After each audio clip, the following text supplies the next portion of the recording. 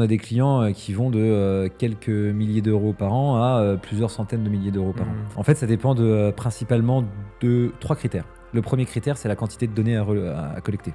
Si tu as 2500 bâtiments comme un de nos clients ou si tu en as 3 comme un autre de nos clients, bah, ton prix va pas être le même. Si tu as un nombre de bâtiments donnés, tu peux avoir envie de collecter plus ou moins de données. Donc je te donne un exemple, il y a des clients qui nous demandent de collecter qu'avec une techno d'IA les données présentes sur les factures d'énergie et d'autres clients qui nous demandent de collecter les factures d'énergie, les distributeurs, donc c'est ce qu'on appelle les gestionnaires par réseau de distribution, c'est Enedis et GRDF très majoritairement, qui possèdent nos compteurs. En fait, les compteurs Linky chez toi, on pourrait plugger la plateforme Citron dessus pour récupérer la data.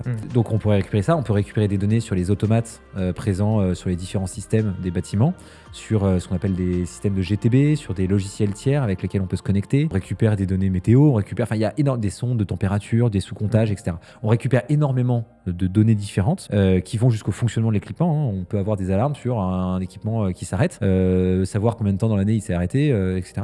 Tout ça, ça a des liens avec l'énergie et c'est ce qui permet à nos ingénieurs aussi de travailler sur la performance énergétique de nos clients. Et donc, sur un même bâtiment, ton abonnement, il peut être radicalement différent de si tu récupères 2 données ou si tu en récupères des centaines.